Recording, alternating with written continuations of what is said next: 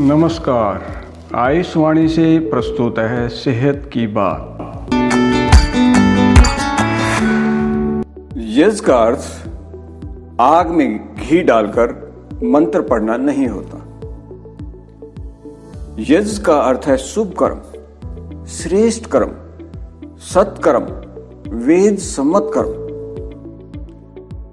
सकारात्मक भाव से ईश्वर प्रकृति तत्वों से किए गए आह्वान से जीवन की प्रत्येक इच्छा पूरी होती है।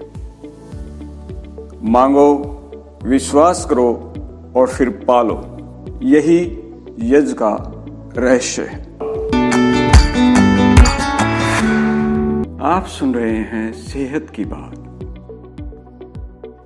मैं हूं आपके साथ स्वास्थ्य प्रहरी जयप्रकाश आनंद। आइए जानते हैं बलि वैष्णव देव यज्ञ का रहस्य। बलि वैष्णव देव यज्ञ को भूत यज्ञ भी कहते हैं। भूत यानी पंच महाभूत, वायु, अग्नि, जल, आकाश और पृथ्वी। इन्हीं पंच तत्वों से ही मानव शरीर है। सभी प्राणियों तथा वृक्षों के प्रति करुणा और कर्तव्य समझना, उन्हें अन्न जल देना ही भूत यज्ञ या वैष्णवदेव यज्ञ कहलाता है। अर्थात जो कुछ भी भोजन कक्ष में बना हो उसका कुछ अंश उसी अग्नि में होम करें जिससे भोजन पकाया गया है। उसके बाद कुछ अंश गाय, कुत्ते और कौवे को देना चाहिए।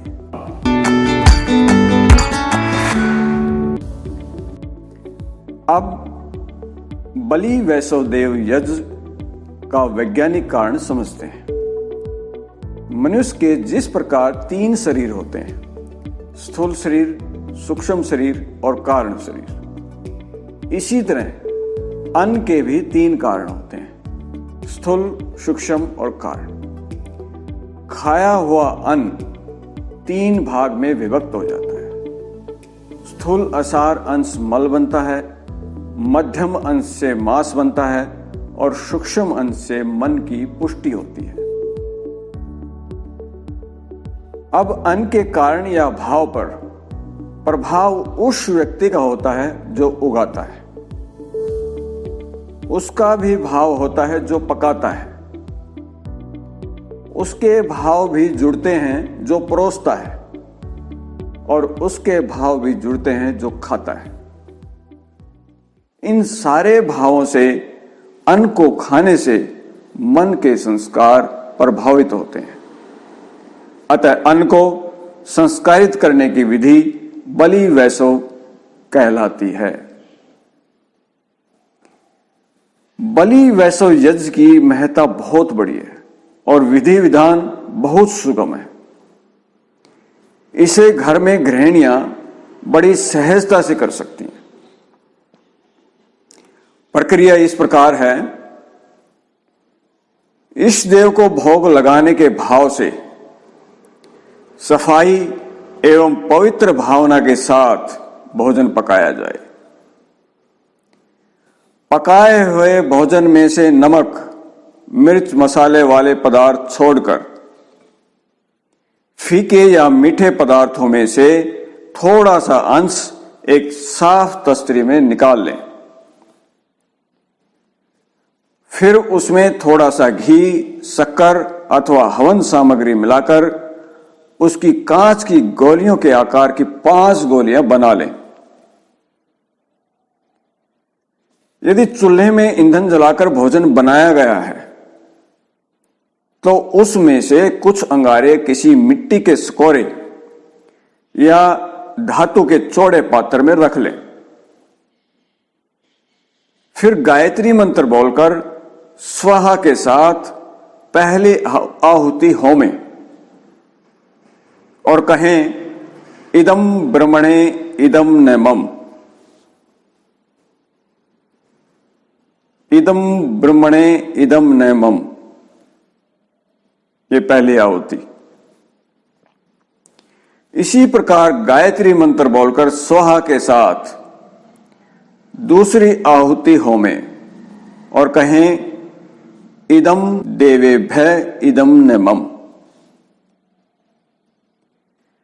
फिर गायत्री मंत्र बोलकर स्वाहा के साथ तीसरी आहुति होमे और कहें इदम ऋषिभ्य इदम न मम। चौथी आहुति के लिए गायत्री मंत्र बोलकर स्वाहा के साथ आहुति होमे और कहें इदम नरेभ्य इदम न मम। और अंत में गायत्री मंत्र बोलकर स्वाहा के साथ पांचवी आहुति होमे और कहें इदम भूतेभ्यः इदम न मम। इदम भूतेभ्यः इदम न मम। 5 आहुतियों के बाद अग्नि के चारों ओर जल घुमाकर हवन पात्र को एक ओर रख दें, एक साइड में रख दें। अन्न भस्म हो जाने तथा अग्नि शांत हो जाने पर उस भस्म को तुलसी के गमले या किसी पवित्र स्थल पर वृक्ष की जड़ में डाल दें।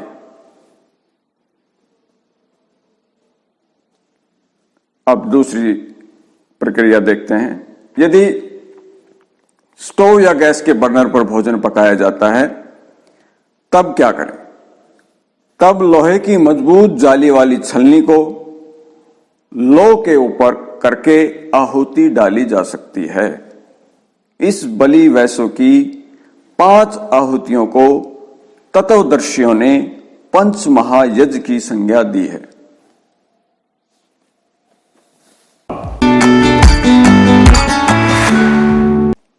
बलि वैसव यज्ञ में अन्न को संस्कारित करने में गायत्री मंत्र का जप 11,000 वाइव्स कंपन तरंगे मनुष्य के भीतर 24 दिव्य ऊर्जा केंद्रों को जागृत करता है और उनमें सविता शक्ति को आरोपित करता है। इस यज्ञ से पाकशाला की वायु शुद्ध होती है। भूत समस्त जीवों शरीरधारी और अशरीरी की तुष्टि होती है। सभी देव और पितर भी हमसे संतुष्ट होते हैं, संतुष्ट रहते हैं। आहुति द्वारा भोजन के संस्कारित होने पर भोजन प्रसाद बन जाता है। इसको खाने वाले की बुद्धि निर्मल तथा तन और मन स्वस्थ बनते हैं। सब सुखी रहें, सब निरोग रहें, सबका मंगल हो, इसी कामना के साथ सेहत की बात का यह बुलेटिन समाप्त हुआ। नमस्कार।